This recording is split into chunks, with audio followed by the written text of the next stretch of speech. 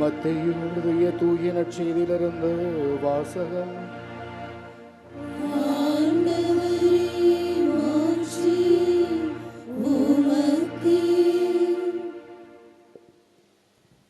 மத்தேயு நற்செய்தி.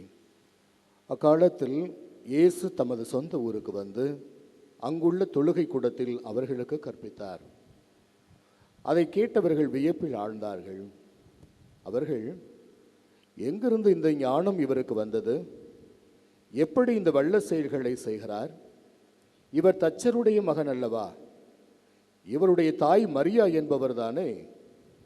யாக்கோப்பு, யோசேப்பு, சீமோன், யூதா ஆகியோர் இவருடைய சகோதரர் அல்லவா? இவர் சகோதரிகள் எல்லாரும் நம்மோடு இருக்கிறார்கள் அல்லவா?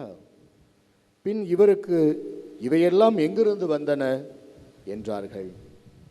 இவ்வாறு அவரை ஏற்றுக்கொள்ள அவர்கள் தயங்கினார்கள். இயேசு அவர்களிடம், தம் சொந்த ஊரிலும் வீட்டிலும் தவிர மற்றெங்கும் இறைவாக்கினர் மதிப்பு பெறுவர் என்றார். அவர்களுடைய நம்பிக்கை இல்லாததால் அவர் அங்கு பல வல்ல செயல்களை செய்யவில்லை. ஆண்டவரின் அருள்வாக்கு.